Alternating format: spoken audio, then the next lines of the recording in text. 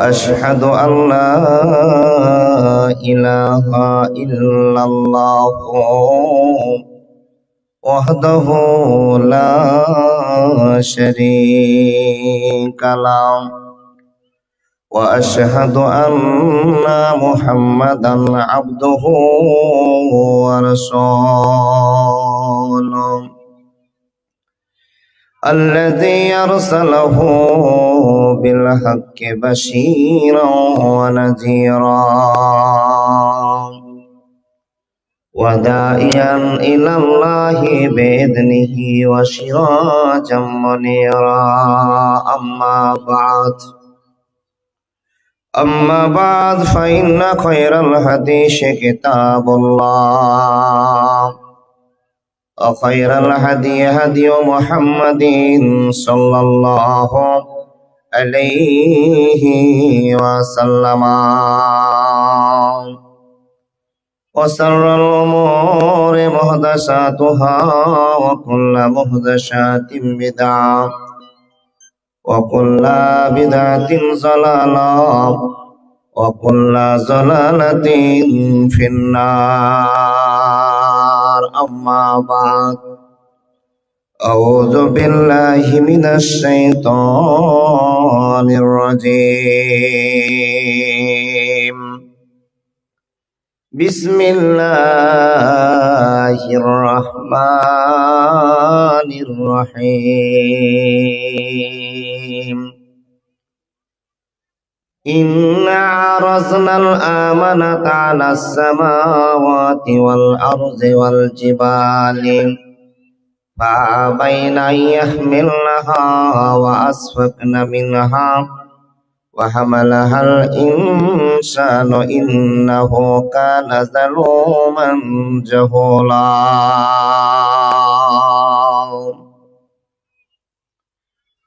وقال الله تبارك وتعالى في كلامه المجيد والفرقان الحميد بسم الله الرحمن الرحيم وننزل من القرآن ما هو شفاء ورحمة للمؤمنين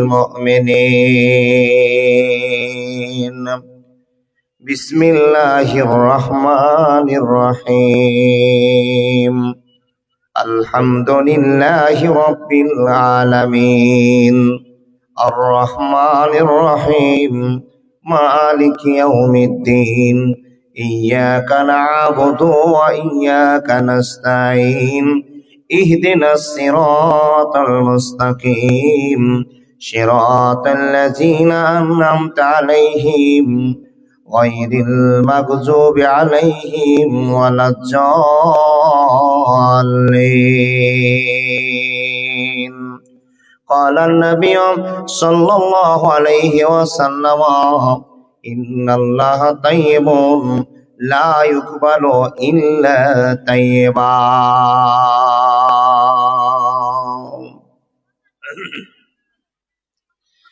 আমারি কণ্ঠে তুমি কোরআনের বাণী দিয়েছ বুকের দিরাজে তুমি কোরআনের স্থান দিয়েছ এত ভালোবাসো কেন মালিক আমায় কি করে শুকুর তার করি আদায় এত ভালোবাসো কেন মালিক আমায় এত ভালোবাসো কেন মালিক আমায় আমারি কণ্ঠে তুমি কোরআনের বাণী দিয়েছ বুকের ভিতরে তুমি ইমানের ঝড় তুলেছ এত ভালোবাসো কেন মা মালিক আমায়, কি করে শুকুর তার করি আদায়, এত ভালোবাসো কেন মালিক আমায়, এত ভালোবাসো কেন মালিক আমায়। পৃথিবীর দিকে দিকে ওজোদরি দে, কণ্ঠ আমার দেখো তোমার গীতে। পৃথিবীর দিকে দিকে ওজোদরি দে, কণ্ঠ আমার দেখো তোমার গীতে। তৌফিকে তোমার নিয়ামত বেশুমার, তৌফিকে তোমার নিয়ামত বেশুমার, মন পড়েছে সিজদায়, এত ভালোবাসো কেন মালিক আমায়, এত ভালোবাসো কেন আল্লাহ আমায়, এত ভালোবাসো কেন রাহিম আমায়। আমারি কণ্ঠে তুমি কোরআনের বাণী দিয়েছ, বুকের ভিতরে তুমি ইমানের ঝড় তুলেছ। এত ভালোবাসো কেন মালিক আমায়, কি করে শুকুর তার করি আদায়, এত ভালোবাসো কেন মালিক আমায়, এত ভালোবাসো কেন আল্লাহ আমায়। হেদায়ার পথে পথে জীবন সমল, চলতে আমায় তুমি করো কবুল। হেদায়ার পথে পথে জীবন সমল, চলতে আমায় তুমি করো কবুল। কোরআন গেয়ে যায় তোমাকেই যেন পায়, কোরআন গেয়ে যায় তোমাকেই যেন পায়, পথ চলি তোমারই আশায়, এত ভালোবাসো কেন মালিক আমায়, এত ভালোবাসো কেন রহমান আমায়, এত ভালোবাসো কেন রাহিম আমায়, এত ভালোবাসো কেন আল্লাহ আমায়। লিল্লাহি তাকবীর, আওয়াজ দিয়ে বলুন লিল্লাহি তাকবীর। চলমান সভার নির্বাচিত যোগ্যতম সভাপতি মহাশয়, উপস্থিত অগুণন সারি সারি আলেমী বিন্দু, সম্মুখে বসে থাকা অত্র এলাকার সুপ্রিয় শ্রোতা মণ্ডলী, পর্দার আড়ে বসে থাকা অত্র এলাকার মা ও বোনেরা, লাখো কোটি শুকরিয়া সে আল্লাহর, যে আল্লাহ চেয়েছেন এই মাদ্রাসার উন্নতিকল্পে দিনটিকে কবুল করে আজ থেকে ৩-৪ মাস আগে দিনটিকে নির্বাচিত করে আজকে সেই দিনটিকে কার্যকর করার তৌফিক দান করেছেন, সে আল্লাহ লাখো কোটি শুকরিয়া, বলুন আলহামদুলিল্লাহ। তারপরে পরে তার রাসূলদের প্রতি, নবীদের প্রতি অগুণন শান্তি বর্ষিত হোক, সকলে বলে আল্লাহুম্মা আমিন। সেই সমস্ত নবীদের ভিতরে শ্রেষ্ঠ নবী, বিশ্ব নবী, নবী মুহাম্মদুর রাসূলুল্লাহ সাল্লাল্লাহু আলাইহি ওয়াসাল্লামের প্রতি আল্লাহর রহমত, ভালোবাসা, শান্তি বর্ষিত হোক, সকলে বলে আল্লাহুম্মা সাল্লি আলাই, আল্লাহুম্মা বারিক আলাই। ব্রাদার ইসলাম, গতকালকে থেকে আল্লাহ ওয়েদারটাকে একটু খারাপ করে দিয়েছেন, এর জন্য অনেক মানুষের মন খারাপ। গত রাত্রে জালসায় ছিয়েছিলাম, সে আপনার ভূতনি দিয়া একই কষ্ট। আজকে তো হাওয়া খুব কম, কালকে আরো বেশি বইছিল, তারপরেও দেখলাম 12:30 পর্যন্ত আমার টাইম মোতাবেক মানুষ বসেই আছে। বুঝলাম বাদিয়া লোকের ভিতরে আল্লাহ ঢুকে গেছে, এ আল্লাহ আর বের হবে না।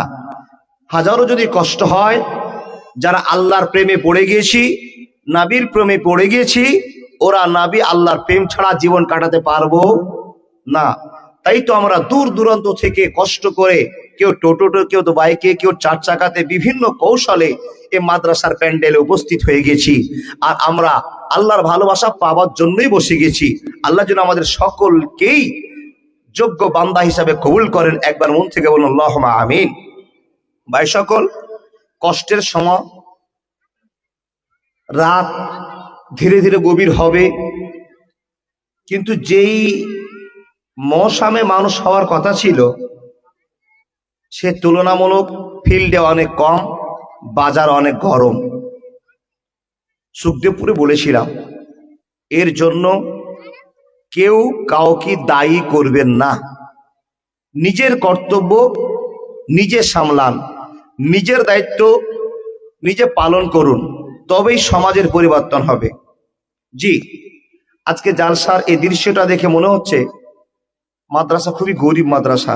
যেরকম নাকি মতিউদ্দা বলেছেন যে মাদ্রাসাটা খুবই গরিব মাদ্রাসা, গরিবই মাদ্রাসা।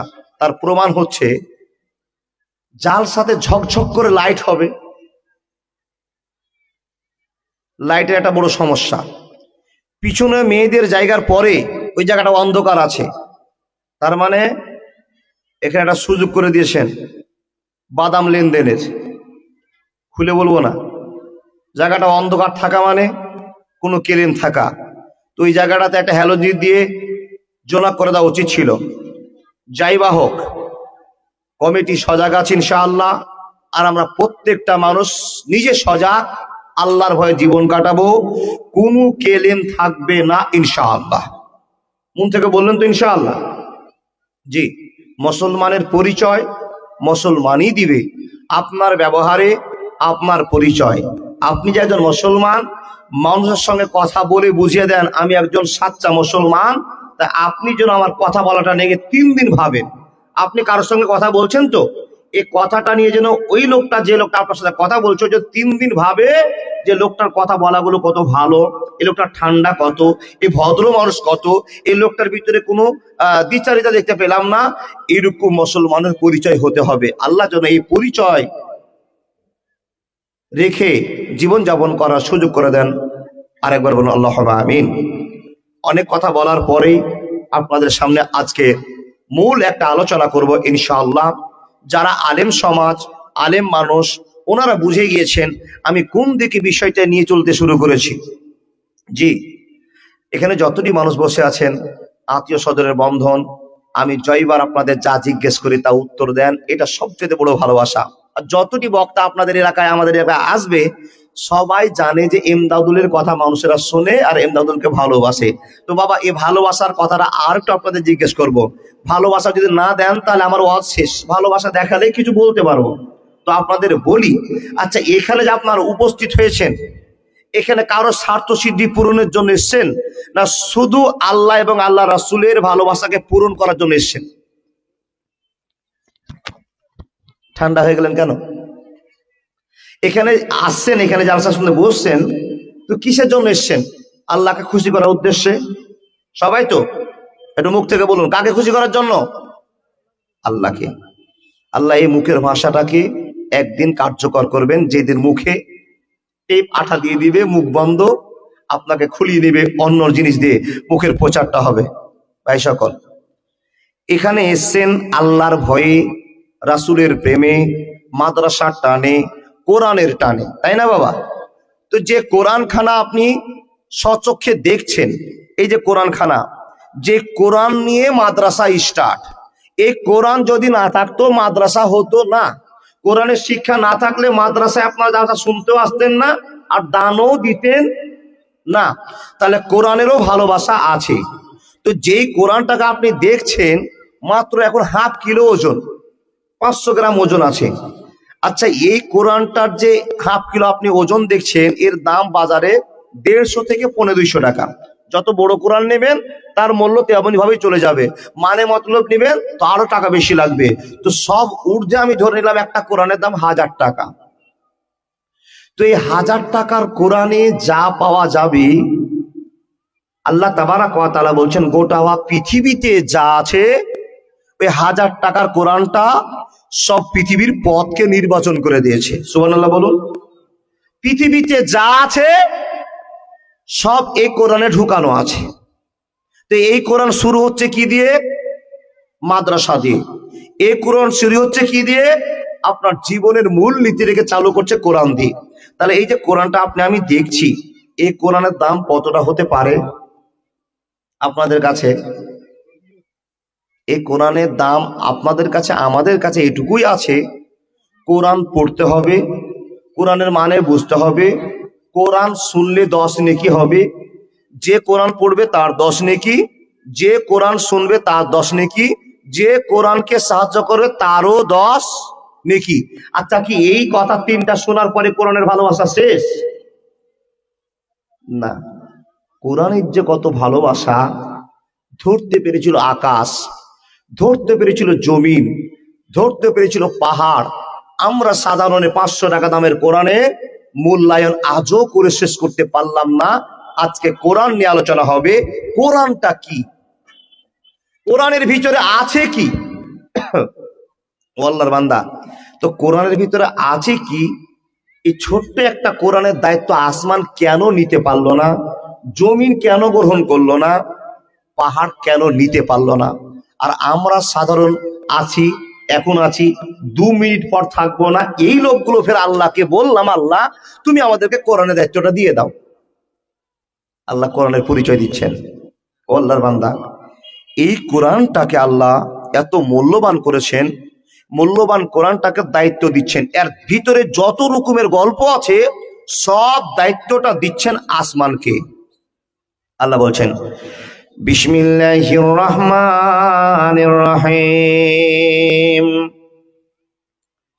ইন্না আরাজনাল আমানাতা আলাস সামাওয়াতি ওয়াল আরদি ওয়াল জিবাল ফাআবাইনা ইয়াহমিলনাহা ওয়া আসফাকনা মিনহা ওয়া হামালাহাল ইনসানু ইন্নাহু কানা জালুমান জাহুলা। আরেকবার পড়ি, ইন্না আরাজনাল আমানাতা আলাস সামাওয়াতি ওয়াল আরজি ওয়াল জিবালি ফাআবাইনা আইয়াহমিলনাহা ওয়া আসফাকনা মিনহা ওয়া হামালাহাল ইনসানু ইন্নাহু কানা জালুমান জাহুলা। আল্লাহ তাবারাক ওয়া তাআলা পবিত্র কোরআনের যত দায়িত্ব আছে, এই কোরআনকে আপনি দেখেছেন মাত্র হাফ কিলো ওজন, কিন্তু এর ভিতরে যতটি অক্ষর আছে, যতটি আয়াত আছে, যতগুলো রুকু আছে, যতটি অক্ষর আছে, সম্পূর্ণ কোরআনের দায়িত্বটা আল্লাহ আসমানের কাছে পেশ করলো। রে আসমান, আমার গোটা কোরআনের দায়িত্বটা তোমার উপরে জানিয়ে দিলাম, চাপাতে চাইছি, তুমি রাজি আছো কিনা? বন্ধুরে আমার, যখনই প্রশ্ন আল্লাহ তাবারাক ওয়া তাআলা আসমানকে করা, সঙ্গে সঙ্গে আসমান ভুল স্বীকার করতে আরম্ভ করলো, নিচের কেলেমটা তুলে দিতে শুরু করলো আল্লাহকে। এই আল্লাহ, এই কোরআনটা মাত্র হাফ কিলো ওজন, এর ভিতরে আল্লাহ 114টা সূরা আছে, 30 পারা কোরআন আছে, 540টা রুকু আছে, 6666টা আয়াত আছে, 3,23,215টা অক্ষর আছে। মাবুদ রে, মাথার মধ্যে ছোট একটা জিনিস দেখা মনে হচ্ছে, ছোট্ট একটা জিনিস মনে হয়, কিন্তু আল্লাহ এর ভিতরে যত শক্তি তুমি বয়ান করেছো, এর ভিতরে যত শক্তি আল্লাহ দিয়েছো, আমি আসমানের শক্তিটা বহন করতে সম্ভব নয়, আমার দ্বারা সম্ভব হবে না। রব্বুল আলামিন, তুমি এই কোরআনের দায়িত্ব আমার উপরে চাপিয়ে দিও না।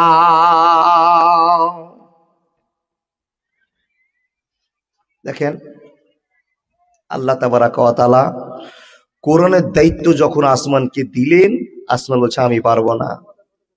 যদি এখন প্রশ্ন করে আসমানকে, আসমান তুমি বলে দাও, এই আসমানটা তুমি এত বড়, তোমাকে এত সুন্দর করে ঝুলিয়ে রাখা হয়েছে, তোমার শক্তি কত আছে?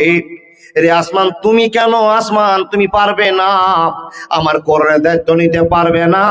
তো আসমানের কাছে থেকে যে উত্তরটা পাওয়া যাবে, আল্লাহ এই কোরআনের ভিতরে তুমি সাধারণ যে জিনিসগুলো ঢোকে রেখেছ, এর ভিতরে ইঞ্জিনিয়ার আছে, এর ভিতরে ডাক্তার আছে, এর ভিতরে মাস্টার আছে, এর ভিতরে প্রফেসর আছে, এই ভিতরে হালাল আরাম আছে, এখানে নাই পরাজয় আছে। আল্লাহ, এত বড় দায়িত্ব আমি চালনা করতে পারবো না, অতএব তুমি আরো কাউকে প্রস্তাবটা দিয়ে দাও, আমি কোরআনের দায়িত্ব নিতে পারবো না। আল্লাহ তাবারক ওয়া তাআলা আসমানকে কমজোর ভাবলেন, আসমানের কাছ থেকে কোরআনের দায়িত্বটা ফিরে নিয়ে আসে। বন্ধুরে আমার, জমিনকে বলা হলো, জমিন তুমি দায়িত্বটা নিয়ে নাও। আসমান অস্বীকার করেছে, তুমি দায়িত্বটা নিয়ে নাও। জমিনের সামনে যখনই প্রশ্ন করা, জমিনেরও একই কথা, আমিও এই দায়িত্ব নিতে পারবো না। বাবা, প্রশ্ন, এই কোরআনের ভিতরে আছে কি যে এত বড় আসমান, যাকে ফাটা সম্ভব নয়, ভাঙা সম্ভব নয়, সে আসমান এই কোরআনের দায়িত্ব নিতে পারলো না? জমিনকে বলা হলো, জমিন তুমি নাও। জমিনও হাত ছেড়ে দেওয়া, আল্লাহ আমি এর দায়িত্ব বহন করার মতো শক্তি রাখি না। প্রশ্ন হলো, কোরআনের ভিতরে আছে কি? বন্ধুরে আমার, তৃতীয় নম্বরে পাহাড়কে প্রশ্ন করা হলো, পাহাড় তুমি দায়িত্ব নাও। পাহাড় বলছে, আল্লাহ আসমানে এত বড় জিনিস নিতে পারলো না, জমিন এত বড় বস্তু নিতে পারলো না, আর জমিন হিরে দূরে বেড়ায়, তুমি আমাকে কাঁটার মতো ব্যবহার করে একটা দ্বীপ বানিয়েছো, ঢিপ বানিয়েছো, আমাকে পাথরে একটা কেল্লা বানিয়েছো, আর আমার উপরে এত বড় জিনিসের দায়িত্ব দিয়ে দিচ্ছ। আমিও পারবো না, যা আসমান বহন করতে পারলো না, জমিন বহন করতে পারলো না, আমি একটা সাধারণ পাহাড় হয়ে আমি কেমন করে দায়িত্ব বহন করতে পারবো? মাবুদ রে, তুমি আমাকে ক্ষমা করে দাও, আমি এ দায়িত্ব বহন করতে পারবো না।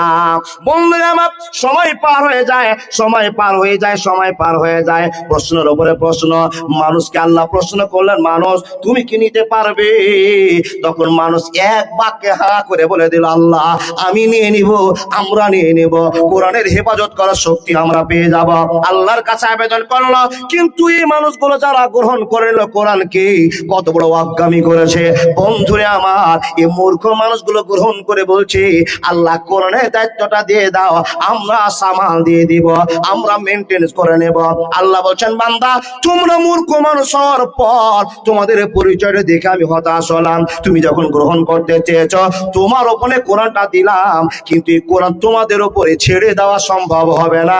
কোরআনের দায়িত্ব তোমাকে দিলাম বটে, কিন্তু এর হেফাজতকারী আমি থাকবো। পৃথিবীর কেউ কোরআনের হেফাজত করে পারবে না, আমি আল্লাহ যতক্ষণ তোমাকে সাহায্য না করব। হে বান্দা, তোমাদের ভরসার উপরে আমি যদি কোরআনকে ছেড়ে দিই, কোরআন বিলুপ্ত হয়ে যেতে পারে, কোরআন ধ্বংস হয়ে যেতে পারে। আমি আল্লাহ এই কোরআনকে ধ্বংস হতে দেব না। যার ক্ষমতাকে টিকে রাখার জন্য আমি তোমাদের উপরে আশ্রয়ের হাতটা রেখে দেব। এই কোরআন কোনোদিন পৃথিবীর মিটি থেকে, এই পৃথিবীর জমিন থেকে কোরআন কোনোদিন মিটবে না, মিটবে না, মিটবে না। দাও খোদা দাও আবায় আমার উমার দারাজ দিল, হামজাকে দাও ঘরে ঘরে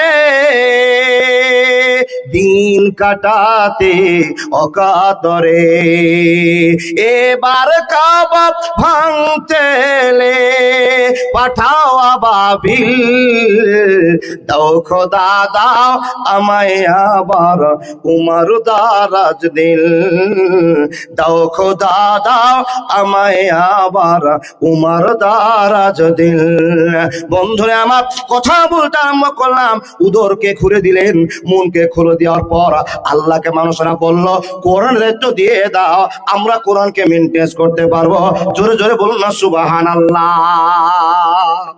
কোরআনের দায়িত্ব আসমান পারলো না, জমিন পারলো না, পাহাড় পারলো না, দায়িত্ব নিয়ে নিল কে? আমরা মানুষেরা। আল্লাহর বান্দা, মানুষ যখন তা গ্রহণ করলো, আল্লাহ কোরআনকে নাজিল করতে শুরু করলেন কার উপরে? আওয়াজ বলুন। এই যে ভুলে গেছে। আচ্ছা, কোরআনটা কার উপরে নাজিল হলো? নবী সাহেবের উপরে না? আচ্ছা, কত বছর কোরআন নাজিল হয়েছে জানা আছে? একটু কথাগুলো বলুন না গো।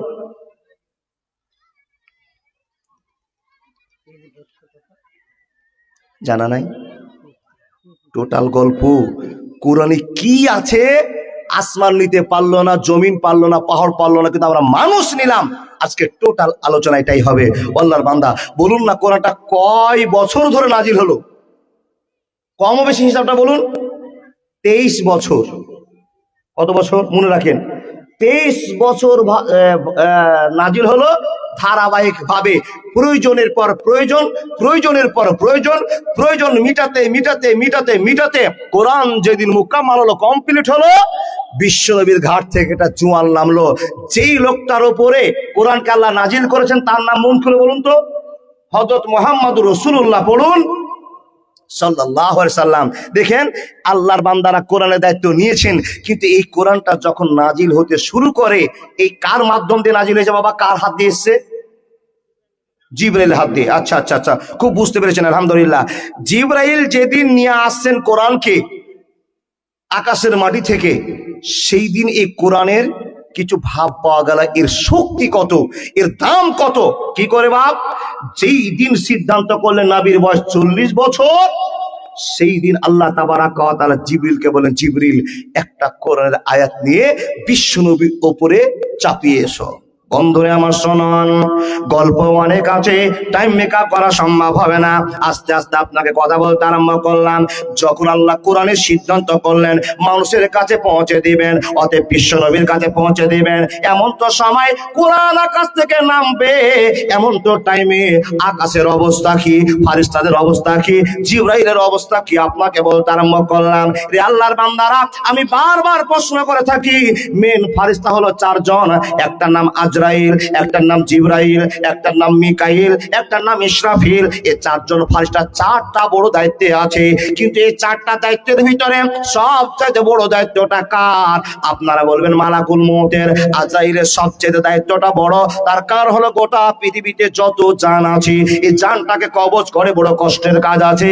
না না না, মালাকুল মউতের চাইতে বড় কষ্ট কোরআনকে আকাশ থেকে নিয়ে আসা। জোরে জোরে বলুন না সুবহানাল্লাহ। মালাকুল মউত তো ছেলে মেয়ে বিবি বাল বাচ্চাকে কাঁদিয়ে দিয়ে কারো বাপের গলা ধরে নিয়ে আসে, কারো ভাইয়ের গলা ধরে নিয়ে আসে, কারো মেয়ের গলা ধরে নিয়ে আসে। আল্লাহর বান্দা এই মানুষের জান কবজ করে, এর চাইতে কঠিন দায়িত্ব হলো জিবরাইলের। বলে কি করে? যেদিন আল্লাহ জিবরাইলকে কোরআন শুনিয়ে বলেন, জিবরাইল আমি যে কথাটা তোমাকে বলছি, এই কোরআনটি বলছি, তো তুমি ভালো করে শোনো। জিবরাইল মাথাটা নত করে, একটা অক্ষর আগেও নয়, একটা অক্ষর পিছেও নয়, যেটি আল্লাহ বলবেন সে গল্পটা এসে নবী মুহাম্মদুর রাসূলুল্লাহ পড়ুন সাল্লাল্লাহু আলাইহি সাল্লামকে বলতে হবে।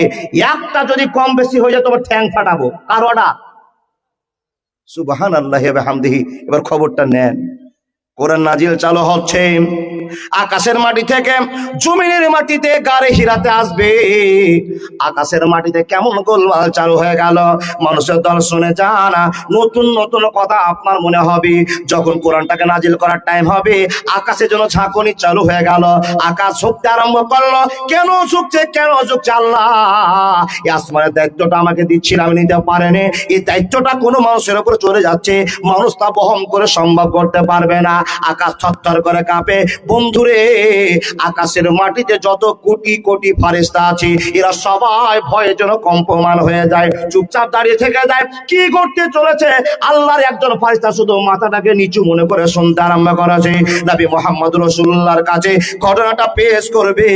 আল্লাহ তাবারাক ওয়া তাআলা জিবরিলকে শুনিয়ে বলছেন, জিবরিল রে, আমি তোমার সামনে শোনাতে আরম্ভ করলাম, এমন ভাবে শুনবে, এমন ভাবে বুঝবে, এই কোরআনটাতে যেন কোনো ফল তৈরি না হয়ে যায়, সন্দেহ তৈরি না হয়ে যায়। জালিকাল কিতাবু লা রাইবা ফিহি। এ জিবরাইল শুনে নাও, আমি চ্যালেঞ্জ দেওয়ার জন্য দুনিয়ার কাছে কোরআন পাঠালাম। জিবরাইল একটা অক্ষরে যেন গোলমাল না হয়ে যায়, এমন সতর্কতার সাথে তুমি জিবরাইল আমার কাছে কাজটা করবে।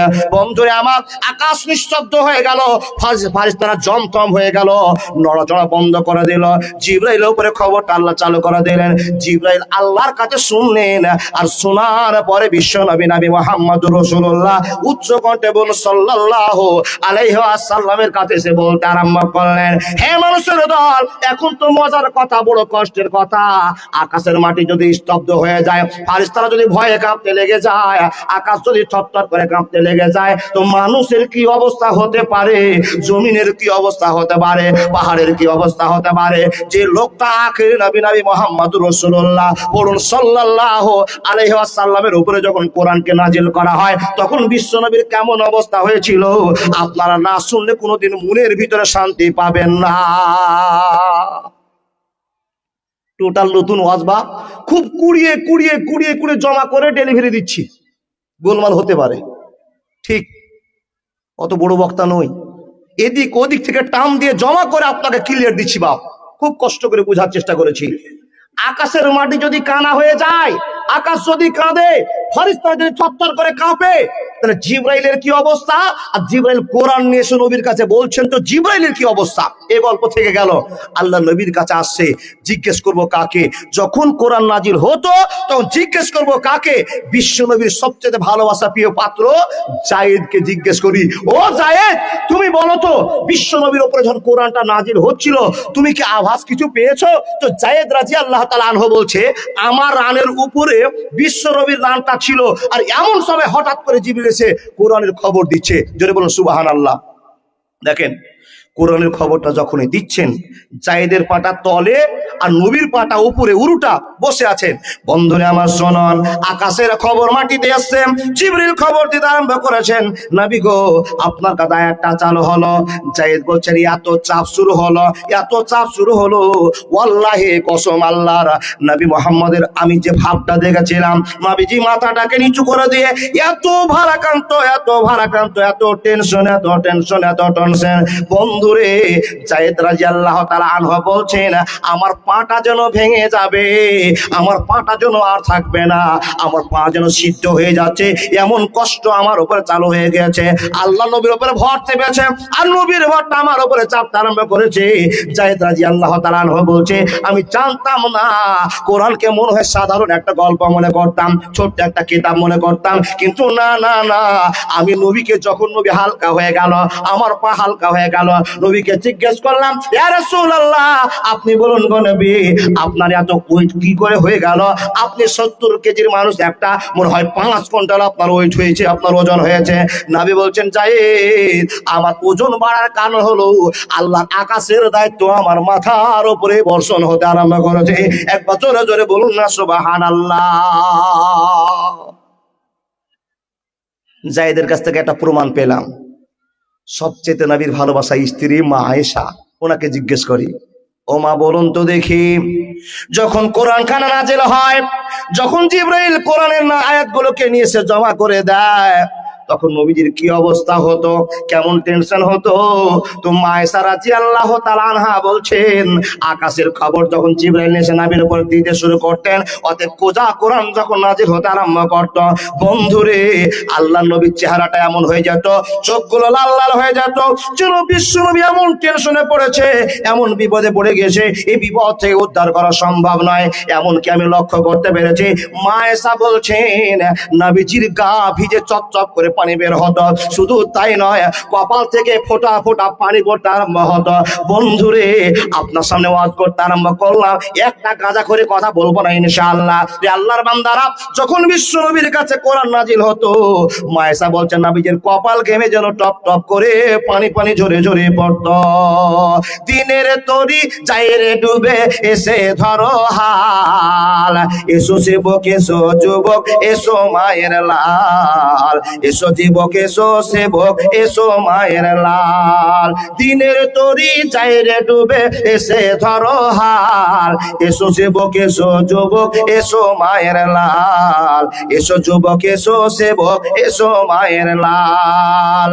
আজ মুসলমানকে চাই না চিনা, তারা কাটিয়ে সাটিনে, আজ মুসলমানকে চাই না চিনা, তারা কাটিয়ে সাটিনে, হালাল বেড়ে হারামে আজ মদে মাইতেছি, এদের জ্বালা দুনিয়া হলো হলো যে পয়মাল, এসো যুবক এসে যুবক এসো মায়ের লাল, এসো সেবক এসো যুবক এসো মায়ের লাল। একবার জোরে জোরে বলুন না লিল্লাহি তাকবীর। ও বাপ, এতদিন তো কোরআনকে কোরআনের মতো দেখেছি, কিন্তু কোরআনের ভিতরে এত অর্থ আছে, এত ভাব আছে, এটা তো ভাবিনি। দেখুন দেখুন দেখুন, পরিবর্তন হন, পরিবর্তনের টাইম চলে এসছে। জি, ও আল্লাহর বান্দা, আল্লাহ তাবারাক ওয়া তাআলা নবীর স্ত্রীকে জিজ্ঞেস করতে করতে, ভাই খুলো তো এটা। জি জি, প্রথমে ঠান্ডা, আর এখন মেশিন চালু হয়ে গেছে তো। জি, এই মেশিন গরম হয়ে গেলে বাবা চলবে এখন না। বড় টেনশন নিয়ে কথা বলছি। ও আল্লাহর বান্দা, তাহলে কোরআনের কিছু মানে বুঝতে পারলাম তো? আমরা মানুষ বুঝলাম, আল্লাহকে বলেছিলাম আল্লাহ কোরআন দায়িত্ব দিয়ে দাও, কোরআন দায়িত্ব মানুষকে দিয়েছে, তো যে কোরআন নিয়ে এসছে, যার কাছ থেকে এসছে অবস্থাটা একটু বুঝতে পারলাম। মাওলানা সাহেবের সাইডে সাইডে বসে আছে বাবা, যদি গোলমাল করি তো ইউটিউবে চালু আছে, কোন জায়গা থেকে কমেন্ট পেয়ে যাবো। ও আল্লাহর বান্দা, দেখেন কথা কারোর বলে যাচ্ছি, শুনুন, বিশ্বনবীর ঘাম ঝরে পড়ছে।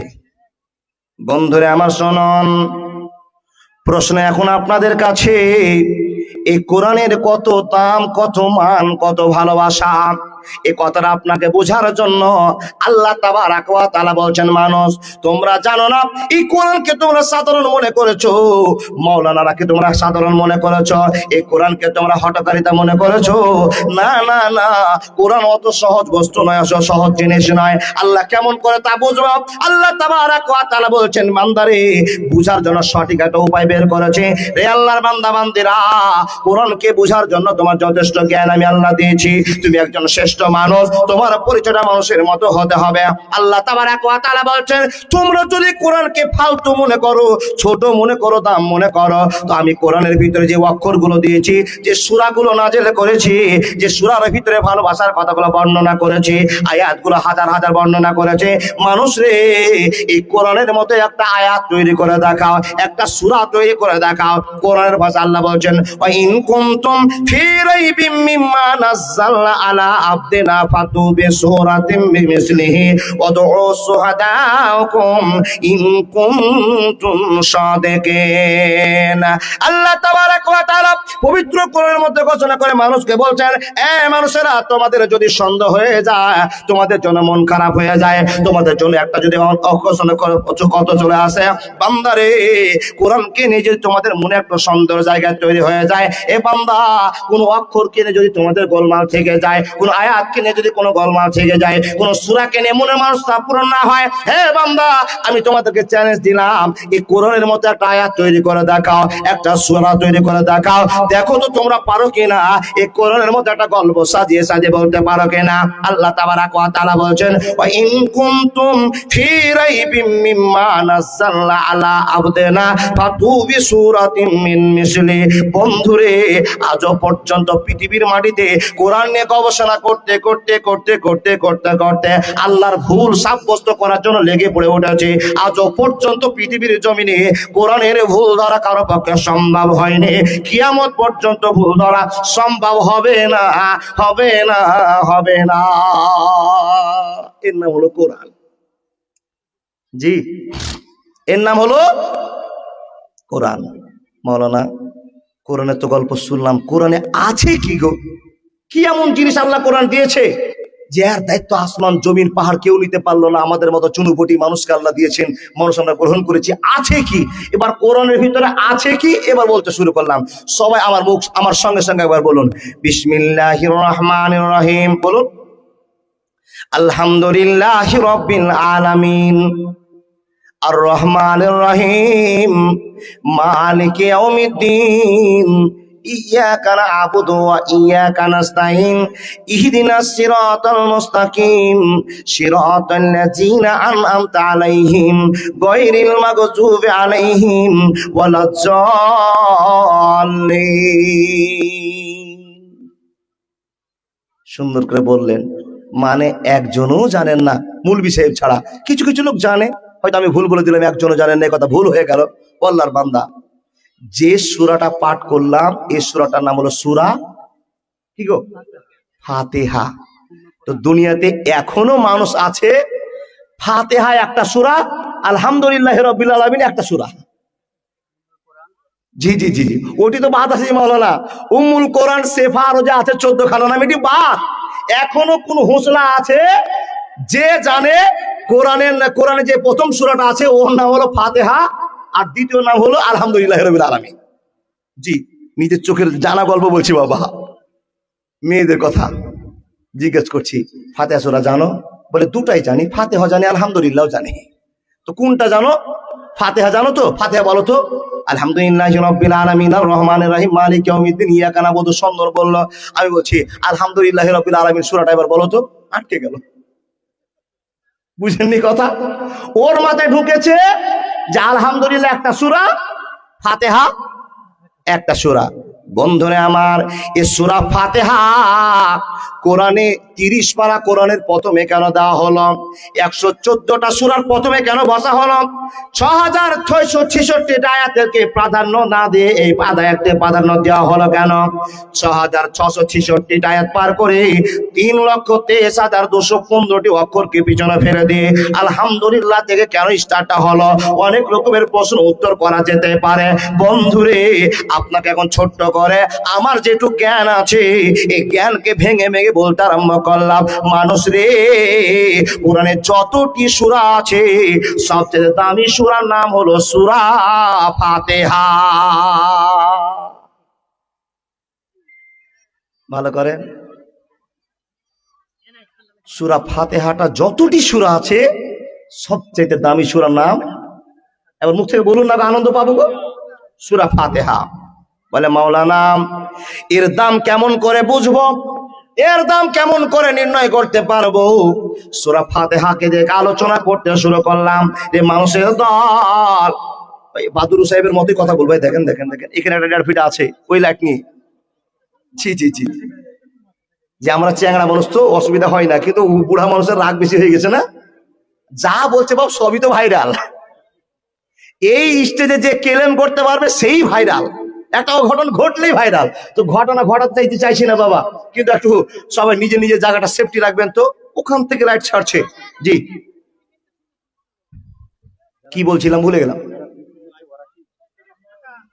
মনে আছে, মনে আছে আমার, আপনাদেরও মনে আছে, এটা বুঝতে পারলাম।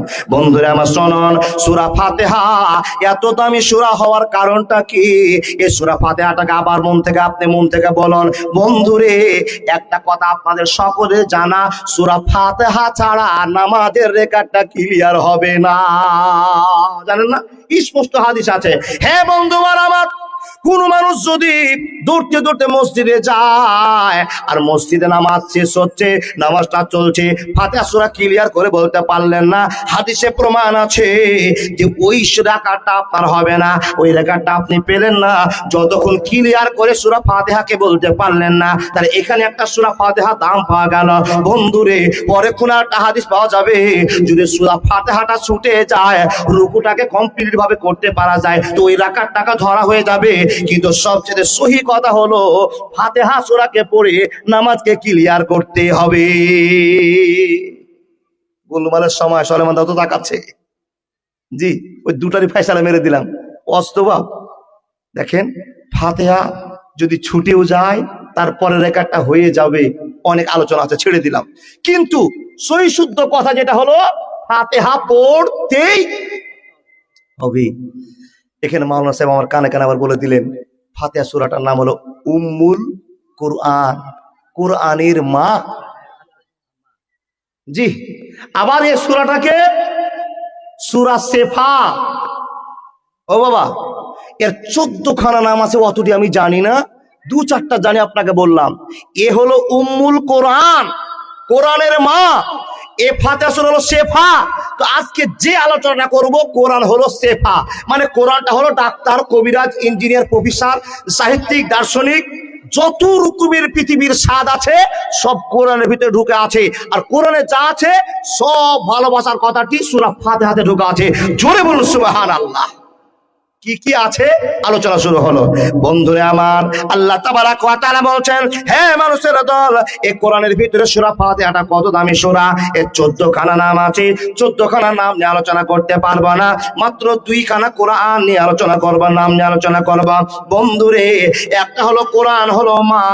এই ধর্মটা কথা আপনাকে বলতে আরম্ভ করলাম, কোরআনটা শুরু করতে আরম্ভ করলাম।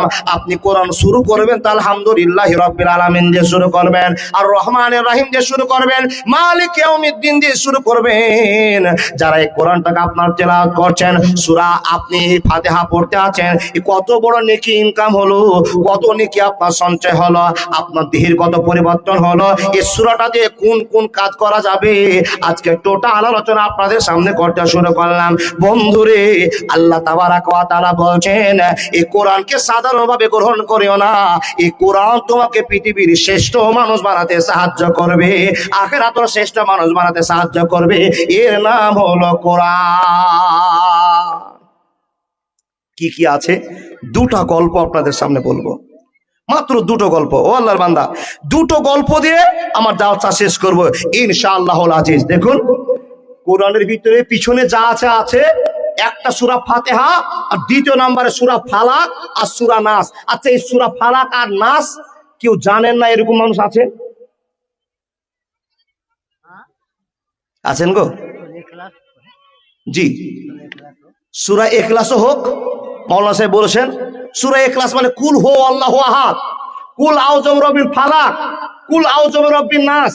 সূরার মানে ধরে কিন্তু বুঝতে পারি না বাবা, যেরকম ফাতিহার আলহামদুলিল্লাহ, তাই না? তো যদি কুল আউযু বিরাব্বিল ফালাক বলি তাহলে বুঝে নেবেন তাড়াতাড়ি করে যে এটা হলো ফালাক, আর যদি কুল আউযু বিরাব্বিন নাস বলি তাহলে বুঝে নেবে এটা নাস সূরা। আর ইখলাস বললে তো কুল হু আল্লাহু আহাদ। এই তিনটা সূরা জানে না এরকম কোন আল্লাহর বান্দা আছে এখানে? থাকলে কি হাত তুলবে? হাজারটা লোক আছে, কিন্তু লজ্জার ব্যাপার হাত তুলবেন না, না তুলেন। কিন্তু এই যে তিনটা সূরা আর সূরা ফাতিহা নিয়ে আজকের আলোচনা করব, আলোচনা শোনার পর বলবেন প্রত্যেক দিন এটাই কাজ করব, তাহলে আমাকে ক্যান্সারও হবে না, আলসারও হবে না, অ্যাপেন্ডিক্স হবে না। বিশ্বাস আল্লাহর উপর রাখলে কোনো ক্ষতি হবে না। ভাই সকল, পিছন থেকে একটা খবর আসলো, পিছন দিয়ে লোক যেতে পারছে না, একটু আগে আসুন না, একটা চলে আসো না, আসো না, চলে আসো। ও দাদারা একটু আসুন না, একটু আগে সামনে। বাবাজি একটু ঘষকে যান, পিছনটা ফাঁকা করে দেন। যেটা চাইছিলাম সেটা পুড়ে গেছে। ও আল্লাহর বান্দা, চেয়েছিলাম যে এই জায়গাটা ভরে যাক, তো ভরেও গিয়েছে আলহামদুলিল্লাহ। আর আপনারা যাদের নাম শুনেছেন তাদের খবরও ভালো আছে। ওই পিছনের লোকটি ফাঁকা দিয়ে থেকে দিল, একটু করে ঘষকেন না। ও চাচা আসুন না একটু। হ্যাঁ, পিছনে জায়গাটা ঘেরবেন না, ওটা ওটা মাশাআল্লাহ জাযাকাল্লাহ। এই তো আল্লাহর বান্দারা ভালো কথা বুঝতে সক্ষম, ভালো কথা বুঝতে পেরেছে। যাদের সামনের দিকে জায়গা আছে তারা পিছনটা ফাঁকা দিয়ে সামনেটা পূরণ করবে, এটা আপনার দায়িত্ব কর্তব্য। মা বোনদেরও তাই বলবো, মা বোন আওয়াজ করবেন না, সামনে যদি ফাঁকা থাকে ওটা আপনি পূরণ করুন আর পিছনটা ফাঁকা করে দেন। আমার বাঁ দিকে অনেক জায়গা আছে, ডান দিকে অনেক জায়গা আছে, পার হয়ে চলে আসেন। মাশাআল্লাহ জাযাকাল্লাহ। আমি চাইছি যে আজকের মাটিতে এই ফিল্ডে জায়গা হবে না, দূর দূর করে লোক ঢুকতে শুরু হয়েছে। 20টা লোক নিয়ে শুরু করেছিলাম, 2-4 হাজার হতে শুরু হয়েছে। আল্লাহ তুমি কবুল করো, আল্লাহুম্মা আমিন। আচ্ছা কি বলছিলাম? কোরআনের ভালোবাসা। আপনাদের তাকান,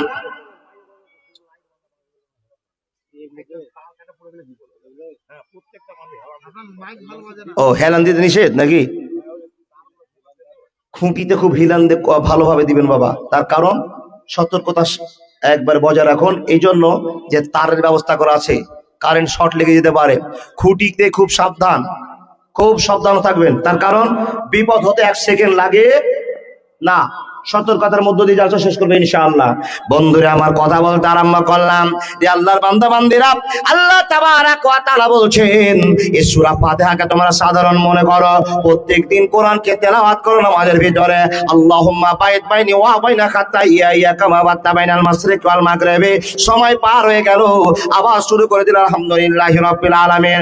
যত নামাজ পড়বে, যত জায়গায় নামাজে দাঁড় হবে, জানাজা পড়ুন আর আপনি কসরি পড়ুন, যে নামাজ পড়বেন পড়ুন না কেন, ফাতিহা লাগবে লাগবে। এই ফাতিহার ভিতরে আল্লাহর মর্যাদাকে লুকিয়ে দেওয়া আছে। জোরে জোরে বলুন না সুবহানাল্লাহ। বন্ধুরা আমার, সূরা ফাতিহার ভিতরে যত আল্লাহর বয়ান আছে, যত আল্লাহর শক্তি বয়ান করা আছে, অন্য সূরাতে এত বয়ান নাই। যার জন্য এই সূরাটা পাঠ করলে আল্লাহর মনটা নরম হয়ে যায়, আল্লাহর দয়াটা বাড়িয়ে দেয়, আল্লাহ মানুষকে হেল্প করার জন্য সজাগ হয়ে যান। বন্ধুরে এই সূরা ফাতিহার ভিতরে যা আছে আপনাকে একটু একটু করে বুঝে ক্লিয়ার দেব ইনশাআল্লাহ।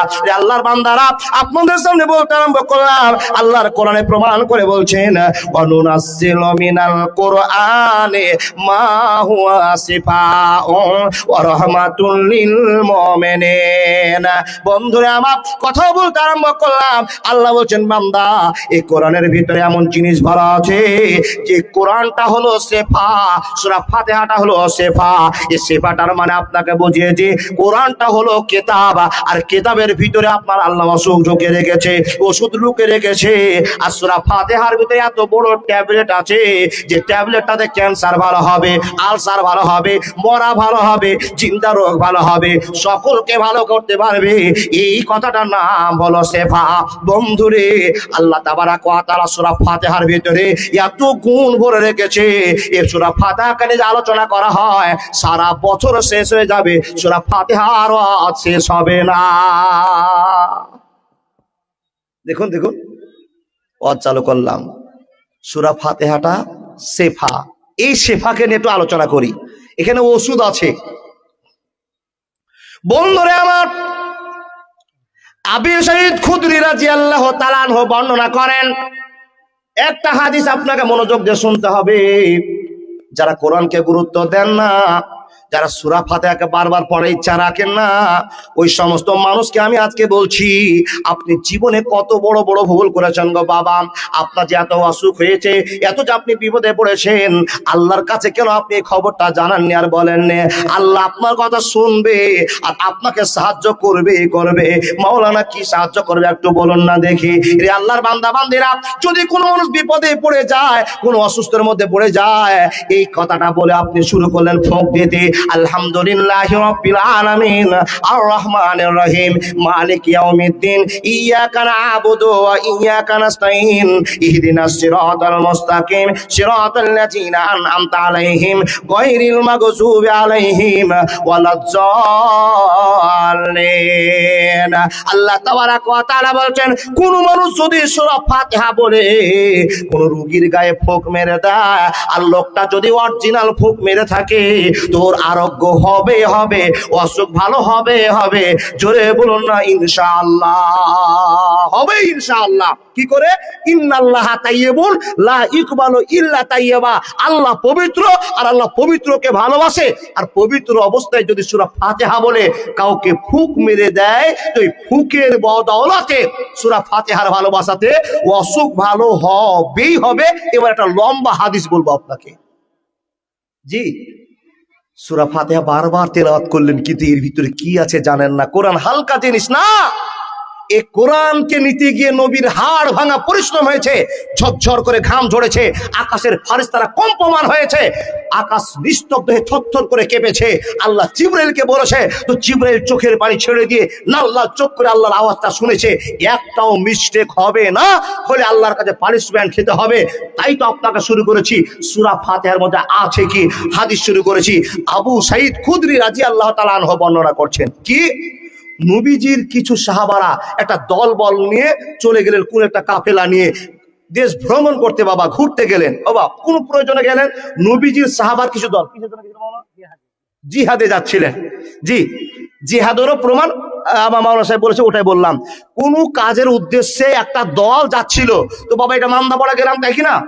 তো ওই মুসলমানেরা পাঞ্জাবি টুপি মাথায়, সুন্দর করে টুপি মাথায় পাঞ্জাবি দিয়ে সুন্দর সুন্দর দাড়ি পরে মান্দাবাড়াতে ঢুকেছে। মান্দাবাড়ার লোককে বলছে, আসসালামু আলাইকুম।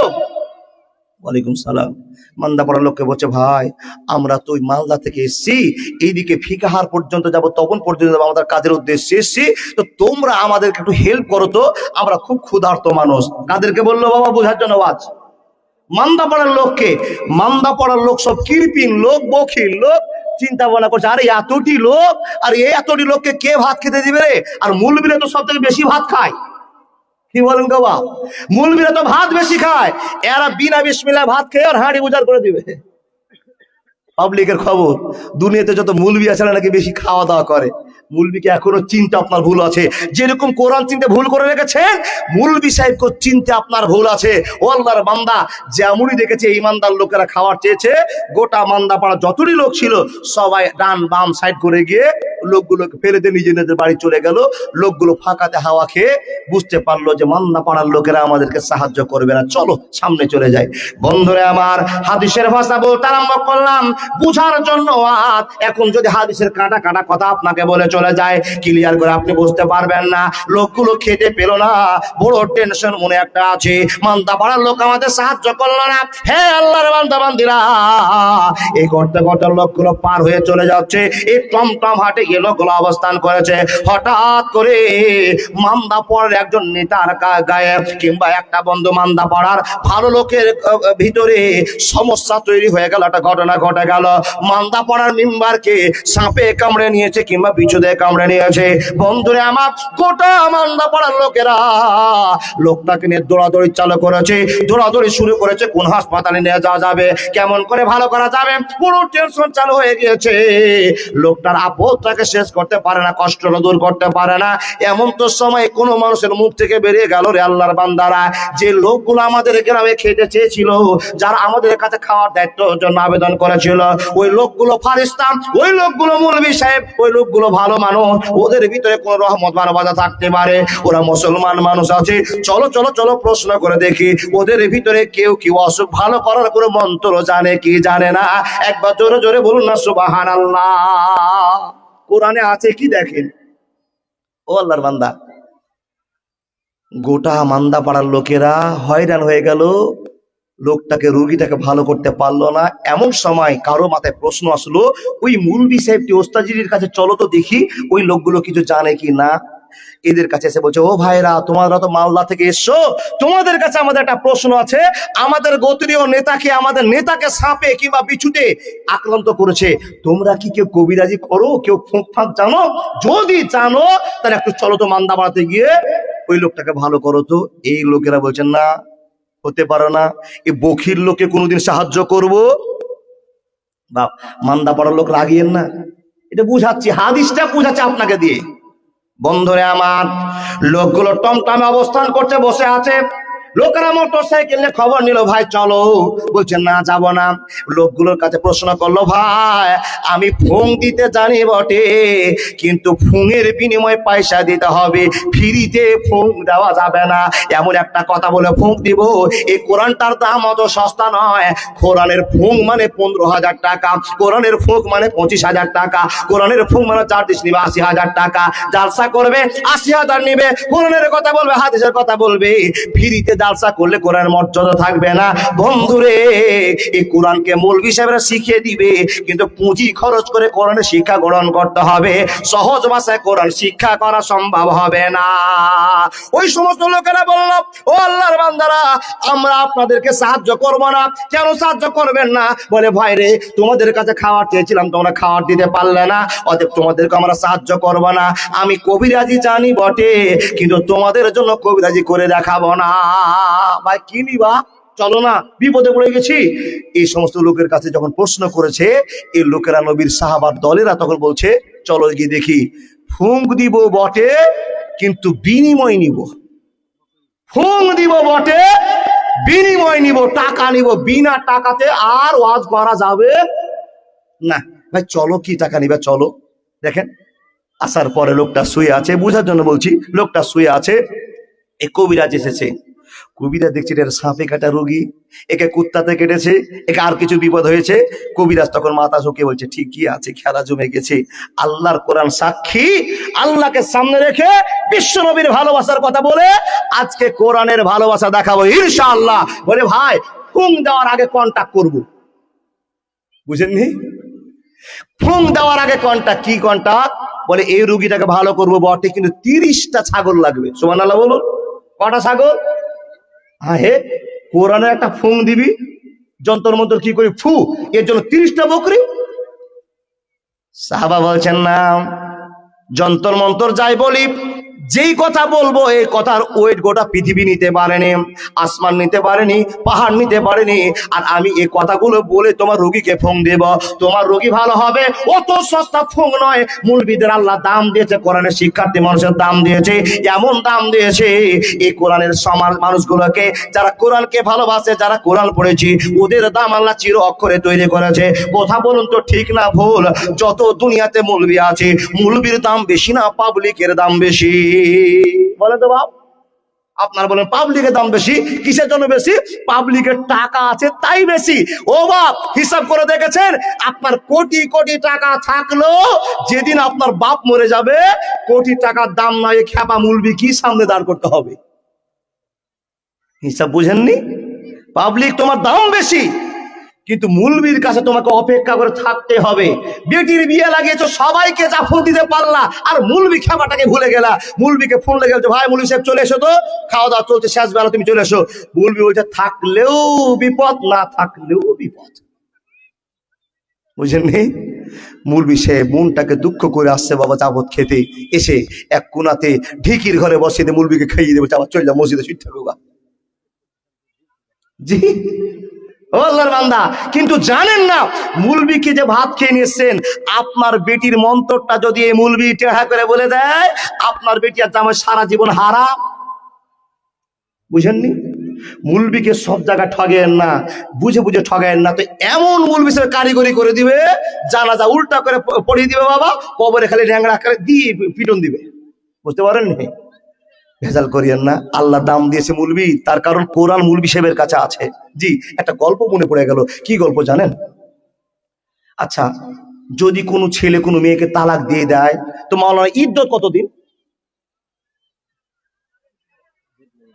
জি জি জি, একটু তাড়াতাড়ি বলেন, ওয়াজ শোনাবো। একটা ছেলে একটা মেয়েকে যদি তালাক দিয়ে দেয়, হ্যাঁ, জি জি জি, বলেন। এটা ফতুয়া আমি জানি, কিন্তু শুনে নিলাম বাবা। যদি কোনো ছেলে কোনো মেয়েকে তালাক দিয়ে দেয়, একটা মাসিক পর্যন্ত টাইম চেঞ্জ হলো, চলে গেল খবর। আচ্ছা, তালাক যে হয়ে গেল, এখন ক্লিয়ার হয়নি এখনো বাবা, তো এই মেয়েটা যদি কারোর সঙ্গে আবার ঘর পুষে নেয়, সংসার করে নেয়, তো জায়েজ হলো? হালাল হলো না হারাম হলো? টাটকা হারাম, টাটকা হারাম। ও আল্লাহর বান্দা, এবার গ্রামের মন্ডল সর্দার নেতা কম্পিউটাররা এখন দুনিয়া চালাচ্ছে, মুলবিরা সব পিছনে, তার কারণ মুলবির টাকা নাই। মুলবিরা পিছনে, 1 মাস তালাক হওয়া হয়নি, হাইজ পূরণ হয়নি, আর একটা বিয়ে এসছে। গ্রামের মেম্বার, প্রধান, উকিল, মাতা বোনেরা একজন মুলবিকে ডেকে বলছে, ভাই তুই তাড়াতাড়ি বিয়ে পড়াতো, ভালো একটা ঘর এসে বিয়ে পড়িয়ে দে। মুলবি সাহেব যদিও খ্যাপা, হয়তো এলেম তো মাথায় আসে, বুদ্ধি তো মাথায় আসে, তো বলছে, ভাই আমি যে কানে শুনলাম যে তোমার বেটি 1 মাস হলো তালাক হয়, আর তুমি ফের আবার বিয়ে পড়িয়ে দেবে, কেমন কথা জি? বলছে, মুলবি সাহেব সবসময় ফতুয়ারে মরিও না তো, তোমাকে যা বলছি 500 টাকা পাইবে, তাড়াতাড়ি করে বিহাটা বড়াও। মুলবি তখন ঠান্ডা মাথায় চিন্তা করে করছে, হ্যাঁ 500 টাকারও ময়া লাগছে, আর বিয়া পড়ায় তো বড় খারাপ লাগছে। সকালে 1 মাসের কাঁচা বিহা যদি লাগিয়ে দিই, সকালে আমার চাকরি থাকতেও পারে, যেতেও পারে। তখন মন্ডল সাহেব দাঁড়িয়ে বলছে, বলি সাহেব তুমি দেরি কেন করছো, পড়াবে কি পড়াবে না? তুমি না পড়ালে এই মেম্বারকে বলো তুমি বিয়ে পড়িয়ে দাও। মেম্বার বলছে, হ্যাঁ হ্যাঁ হ্যাঁ, তোমার জন্য অপেক্ষা করছি বটে, তুমি যদি না করে দাও তো আমি বিয়ে পড়িয়ে দিব। তো মুলবি সাহেব বলছে, ভাই 500 টাকা দিব না, তুমি বিয়েটা পড়াও তো দেখি। যেমনই কথা, তখন মন্ডল বলছে, এই মেম্বার আর দেরি করিস না, তুই কালেমা পড়ে বিয়েটা পড়ে দিত। তখন সেই মেম্বার কয়েছে কি জানেন, যতক্ষণ মুলবি খাড়িয়ে থাকবে ততক্ষণ বিয়ে পড়াতে পারবো না, মুলবিকে আগে চলে যেতে কহো, তারপর বিয়ে পড়াতে পারবো। কি বলেন বাবা, বুঝলেন কি? মুলবি সাহেব থাকলে বিয়ে পড়া সম্ভব হবে না। মুলবি সাহেব বুঝিয়ে বললো, ভাই এটা তোমাদের হঠকারিতা, এটা তোমাদের ধর্মের ভিতরে আঘাত, অতএব বিয়েটা হবে না, বন্ধ করে দাও। মুলবির কথা মানলে মানলেন, না তো হারাম জীবন যাপন করে জাহান্নামে ঢুকলেন। মুলবিকে মানতে হবে, লাস্টে মুলবির পরই আপনার বিচার হবে। ও আল্লাহর বান্দা, এই 3-4 জন আল্লাহর নবীর সাহাবাকে নিয়ে বলছেন, ভাই ফুক মেরে দাও। তখন এই আল্লাহর বান্দা বলছেন, 30টা বকরি যদি দিতে পারো তাহলে আমি ফোং মারবো, নাহলে ফোং মারবো না। বিপদ পড়ে গেলাম বন্ধুরা আমার, কি করবো গো মামু, এদিকে ধরে আসেন না, মাকে কেন বলতে বলছেন? প্রচুর জায়গা আছে। এই লোকগুলো কি, ওদিকে যে বেটি ছেলে আছে যে ওদিকে থাকবে না, ওদিকে থেকে কি হবে? যেদিকে বেটি ছেলে থাকবে ওদিকে ছেলেগুলো থাকবে।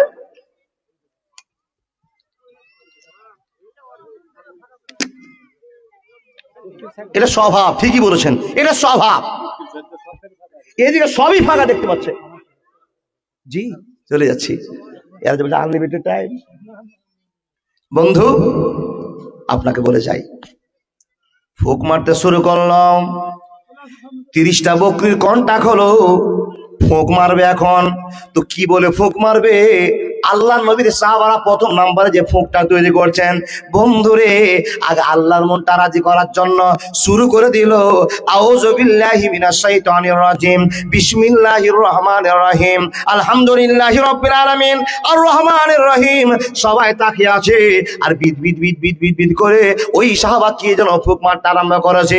বন্ধুরে সূরা ফাতিহাকে কমপ্লিট করার পরে জল্লিন আমিন বলার পরে, ও আল্লাহর বান্দা, যখনই ফুক মারা লোকটা নড়াচড়া শুরু করেছে, দ্বিতীয় ফুক মারা আবার ভালো হতে আরম্ভ করেছে। এক কথায় সূরা ফাতিহা বলে ফুক মারতে মারতে সম্পূর্ণ লোকটা মুক্ত হয়ে গিয়েছে। যখনই মুক্ত হয়ে যাওয়া এ সমস্ত লোকেরা হতভম্ব হয়ে গেল, রে আল্লাহ, এত বড় ডাক্তার ফেল হয়ে গেল, এত বড় কবিরাজ চলে গেল, কিন্তু মৌলভী সাহেবের কাছে কি আছে, নবীর সাহাবাদের ভিতরে কি আছে আমরা তো জানি না। ছোট্ট একটা ভাষা বলে এরা ফুক মেরে দিয়ে সম্পূর্ণ কেলেন করে দিল, উদ্ধার করে দিল। বন্ধুরে আমার, এই লোকগুলো তাদের কাছ থেকে ফিরে আসার সময় 30টি বকরি পেল, আর 30টা বকরি নিয়ে বিশ্ব নবীর কাছে হাজির হয়ে নবীকে সুন্দর করে গল্প শুনে বলছেন, ইয়া রাসূলুল্লাহ, ইয়া হাবিবাল্লাহ, গো আল্লাহর নবী, আমাদের ঘটনা এই ঘটনা ঘটে গিয়েছে। নবী গো, আমরা কোরআনের আয়াতকে পাঠ করে, সূরা পাঠ করে 30টা বকরি পেয়েছি। নবী মুহাম্মদ বলছেন, বড় ভালো কাজ করেছো, তোমরা বকরির মাংস খাও, কিন্তু আমার জন্য বকরির কিছু মাংস রেখে দাও। জোরে জোরে বলুন না সুবহানাল্লাহ। এখান থেকে প্রমাণ হয় আল্লাহর কোরআনে অসুখ ভালো হবে, আর আল্লাহর কোরআনের আইন দিয়ে যদি অসুখ ভালো হয় টাকাও নেওয়া যাবে। জি, অসুখও ভালো হবে আর টাকাও নেওয়া যাবে। তাহলে সূরা ফাতিহার একটা গল্প শুনলাম, যত বড়ই বিপদ হোক না কেন, ইমানের সাথে ইন্নাল্লাহা তাইয়্যিবুন লা ইকবালু ইল্লা তাইয়্যিবা, পবিত্রতা অর্জন করে আল্লাহকে স্মরণ করে আপনি বিসমিল্লাহ বলে সূরা ফাতিহা তেলাওয়াত করে বিশ্বাস মনে করে ফুঁকটা মারবেন, ইনশাআল্লাহ কাজ হবেই হবে। এই কথা আপনাকে বোঝার জন্য ও বাপ, আমি গত 7ই নভেম্বর একটা গল্প আপনাকে করব, আমার জীবনের গল্প, কসম আল্লাহ, একটু গল্প আপনাকে মিথ্যা বলছি না। মালদাতে ডেমু ছেড়েছে, কাটিহার যাবে, শামসিতে উঠেছি ট্রেনে, আর সেই মালদা টাউনে যখন গাড়ি ছাড়ে, একটা মুসলিমের বাচ্চা, দেখতে বাচ্চাটা খুবই সুন্দর, 17 মাস বয়স বাচ্চাটা, তার নানি, নানা আর তার মা 3 জন মিলে নিয়েছে মালদাতে কাঁদতে শুরু করেছে। শামসি পার করে হরিশ্চন্দ্রপুর চলে যাচ্ছি, বাচ্চাটার কান্না বন্ধ হয় না আমাদের বগিতে, আর এত ভিড়, মা, নানা, নানি অশান্তি, গোটা বগির মানুষ অশান্তি। ও আল্লাহর বান্দা, দেখুন, মানুষ বিপদে পড়লে আশ্রয় খুঁজে। আমি তো জালসে যাচ্ছি, মানুষ দয়া করে আমাকে সিট দিতে, মৌলভী সাহেব আপনাকে চিনতে পেরেছি, বসুন। সিটে বসে আছি, হঠাৎ করে ওই মেয়েটা কাঁদতে কাঁদতে এসে বাচ্চাটাকে এসে বলছে, মৌলভী সাহেব আপনি একটু ফুঁক দেন তো।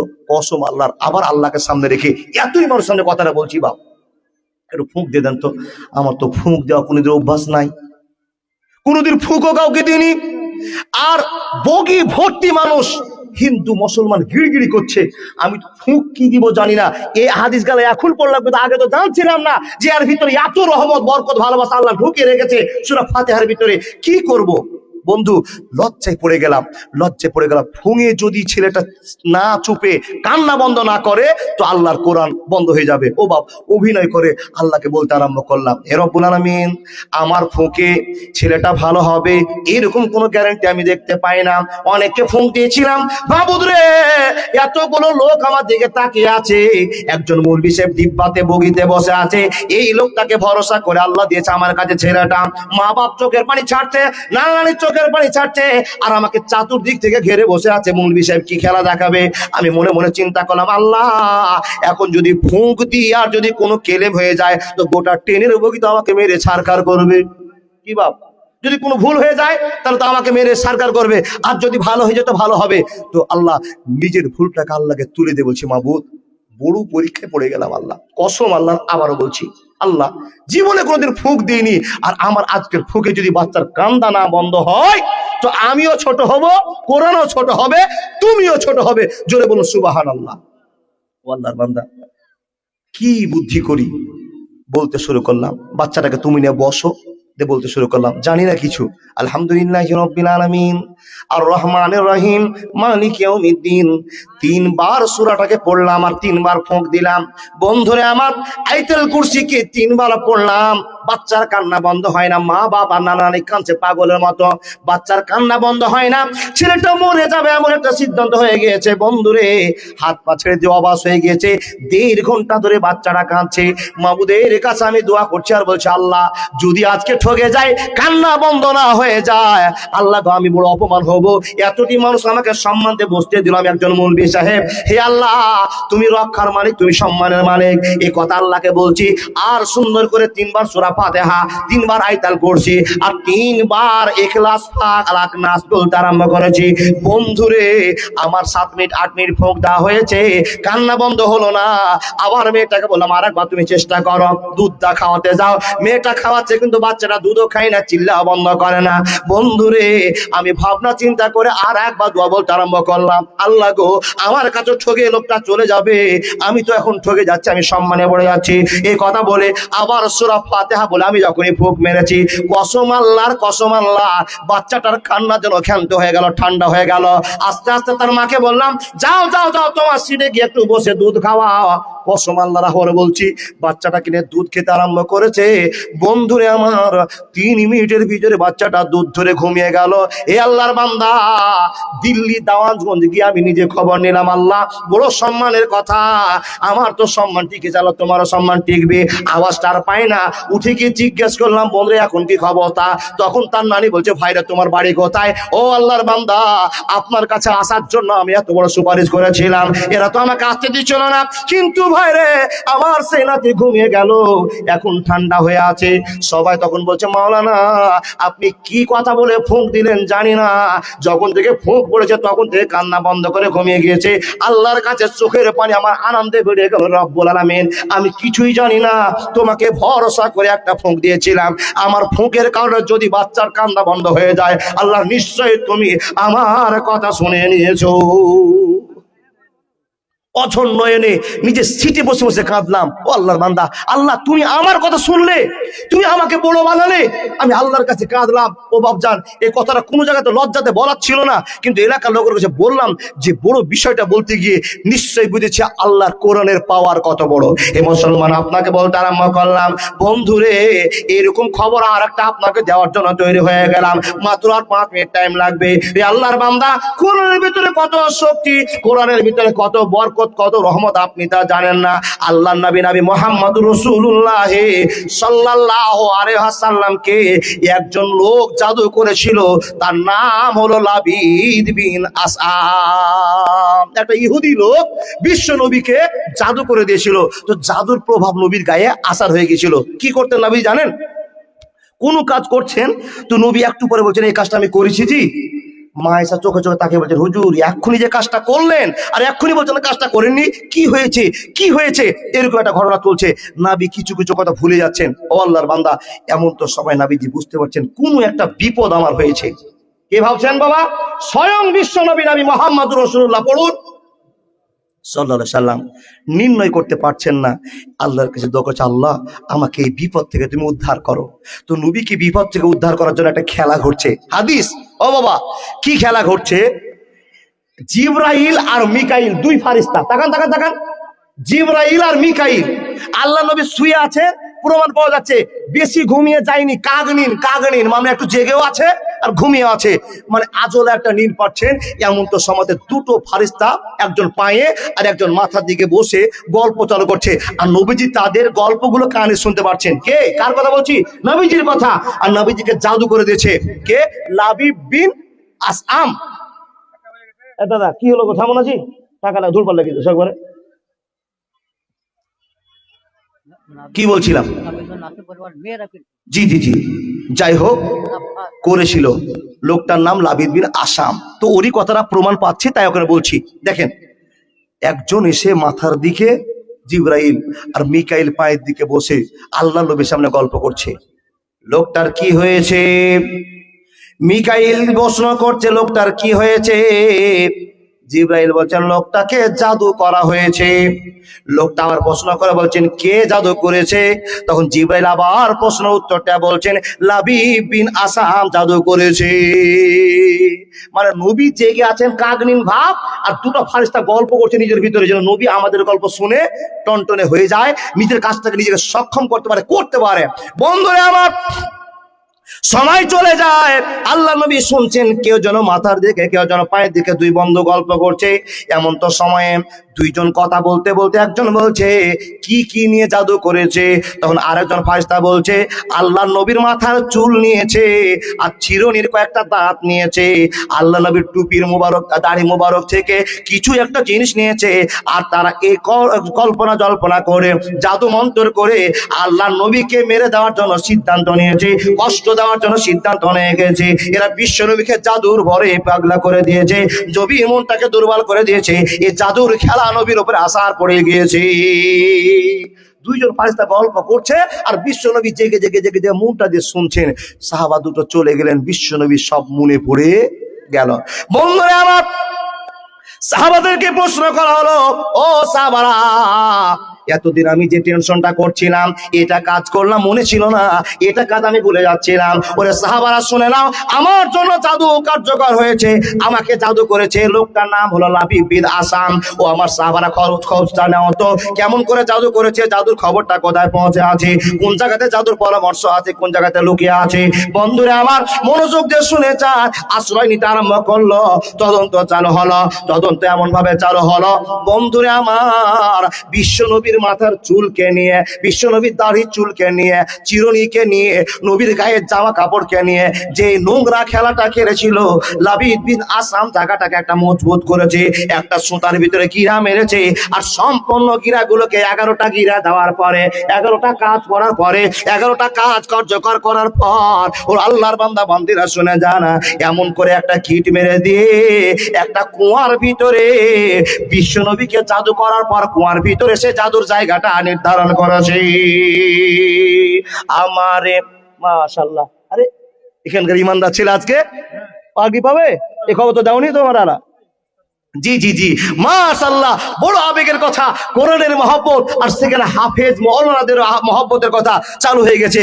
আল্লাহর বান্দা দেখুন, আপনাকে বলতে আরম্ভ করেছিলাম, এই খবর জানছিলাম না, নতুন খবর চলে এসেছে, আপনাকে বলে যাই কোরআনের কত দাম, কোরআনের কি মর্যাদা।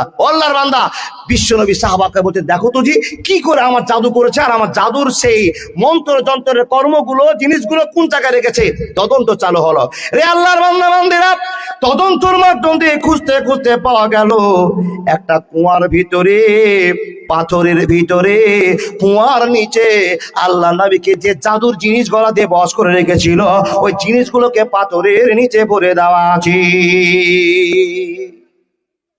11টা গিরা, আর বিশ্ব নবীর মাথার চুল, চিরুনির দাঁত, কিছু কিছু নবীর গায়ের অংশের কিছু জিনিসগুলোকে নিয়ে মন্ত্র তন্ত্র করে বিপদে ফেলার জন্য ওই কাজগুলো, ওই জিনিসগুলোকে নিয়ে কুয়ার ভিতরে নিয়ে, ইন্দারের ভিতরে নেমে একটা বড় পাথরের নিচে ঢুকে দিয়েছে। ও বাবা, এমন জাদুর প্রভাব ছিল ওই কুয়ার পানিগুলোতে, মনে হচ্ছে যে কুয়ার পানিগুলো শক্ত আবরণ হয়ে গেছে, সেই কুয়ার গাছগুলো যেন মরে ঝলসে গেছে, এমন জাদু করেছে।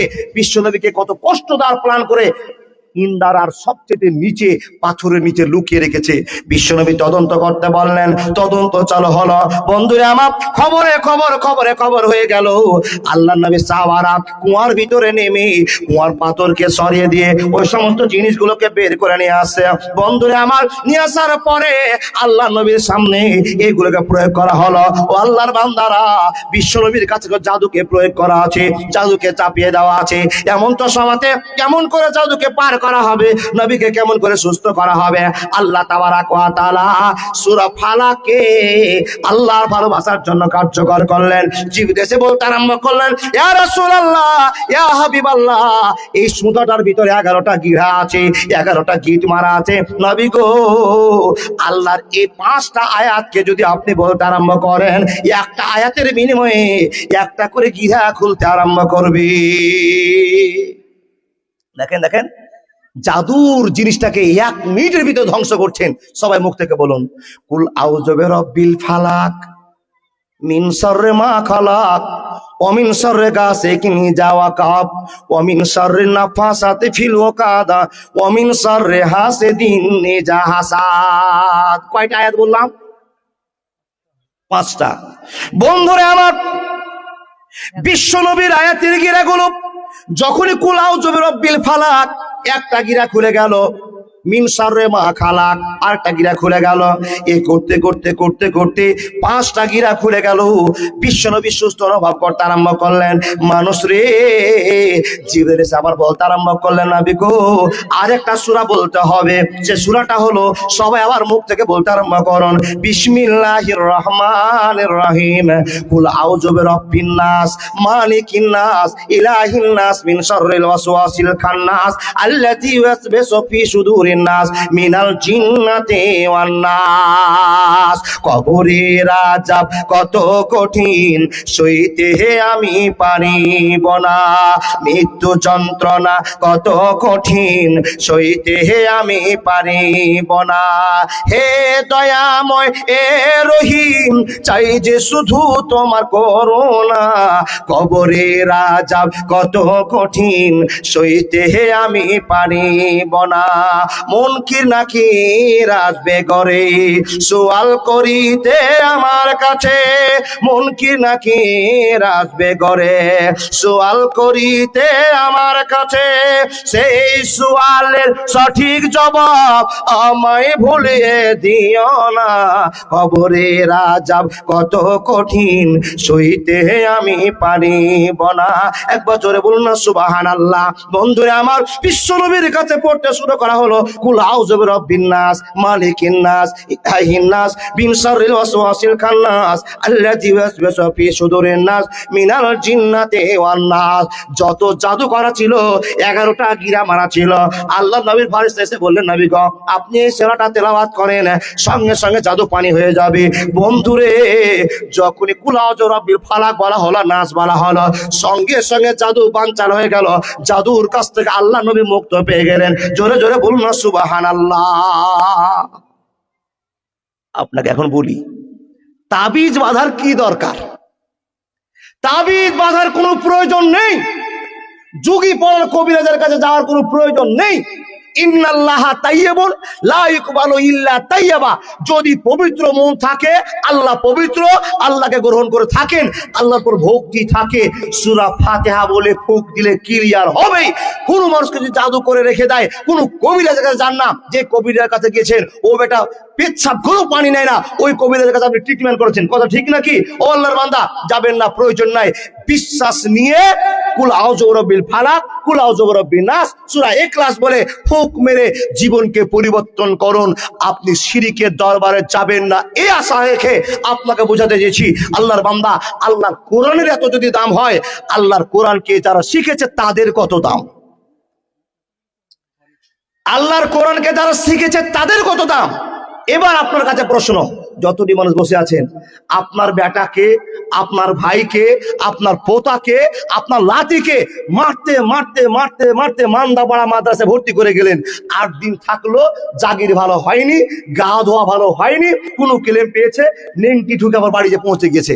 তখন আপনি চিন্তা করলেন, এই হারামিকে থুয়ে আসবো বেল পুকুরে। মান্দাপাড়া থেকে পালিয়ে আসছে, চল বেলপুকুরে রেখে আসি। ওকে আবার বেডিং বোতল করে নিয়ে গেল, বেলপুকুরে নিয়ে গেল রাখতে। আল্লাহর বান্দা বেলপুকুরে 3000 টাকা খরচা করলেন। 3000 টাকা খরচা করে 3 দিন থেকেছে, আবার বেডিং এ তারপরের দিন হাজির হয়ে গেছে। বাপ মার ধর দিয়েও হাফেজ করাতে পারলো না, মুলবি করাতে পারলো না। আপনার কপাল খারাপ। কেন? কেন? আল্লাহ যাকে চেয়েছে তাকে হাফেজ বানিয়েছে, এটা আল্লাহর চাওয়া, আপনার চাওয়া নয়। আল্লাহ যাকে চেয়েছেন তাকে মৌলবি বানিয়েছেন, আল্লাহ যাকে চেয়েছেন তাকে বক্তা বানিয়েছেন, বিভিন্ন কোয়ালিটি দিয়েছে। আল্লাহর বান্দা, আপনি চাইলে মৌলবি হতে পারবেন না। আপনারা বলুন, কতটি একসঙ্গে মাদ্রাসায় পড়ছিলেন, পড়তে পড়তে পড়তে দেখেন একটা ঠিক আছে, সব দিল্লির ম্যানেজার হয়ে গেছে। বুঝেননি? 17 জন 20 জন করে হাফেজ পড়তে বসে এক সিটে, কেউ হাফেজ হয়ে গেল 3টা 4টা, আর 17 জনই রাখাল হয়ে গেল। আল্লাহর বান্দা, সবার কপালে মুলবির ভালোবাসা জুটবে না। যাদের প্রতি আল্লাহ দয়া আছে, তারাই এই কোরআনের ভার নিয়ে, দায়িত্ব নিয়ে জীবন চালাচ্ছে। জিজ্ঞেস করলে কোরআনের উত্তর দিবে, জিজ্ঞেস করে হাদিসের উত্তর দিবে। ও বন্ধু, তাহলে আল্লাহর কোরআনের যদি এত মূল্য হয়, যারা কোরআনের ধারক বাহক হিসাবে প্রমাণ। অতএব মুলবি সাহেবেরা এরাও আপনাদের চোখে ছোট হলো, আল্লাহর কাছে ছোট নয়। একথা বারবার বলেছি। আপনার চোখ যদি ছোট হয়, কিয়ামতের দিন আপনি দেখবেন এই মুলবিরা আপনার কাছে কত দামি। বন্ধু, তাহলে আল্লাহর কোরআন যদি সত্য মনে করেন, তাহলে আল্লাহর নবীকে সত্য মনে করেছেন, আর আল্লাহ নবীকে সত্য মনে করলেন, আল্লাহর মাদ্রাসা সত্য, আর আল্লাহর মাদ্রাসা নবী যদি সত্য হয়, তাহলে মুলবি হাফেজ সাহেবেরা সত্য। এ সত্যতে সত্য, সত্যতে সত্য কি পেয়েছেন? ভালোবাসার জায়গা তৈরি করেছেন। মাওলানা কোরআনের ভালোবাসাকে টিকে রাখার জন্য কি করতে হবে? বলে আল্লাহর ভালোবাসাকে টিকে রাখার জন্য কি করতে হবে? নবীর প্রেমকে জাগিয়ে রাখার জন্য কি করতে হবে? নবীকে খুশি করার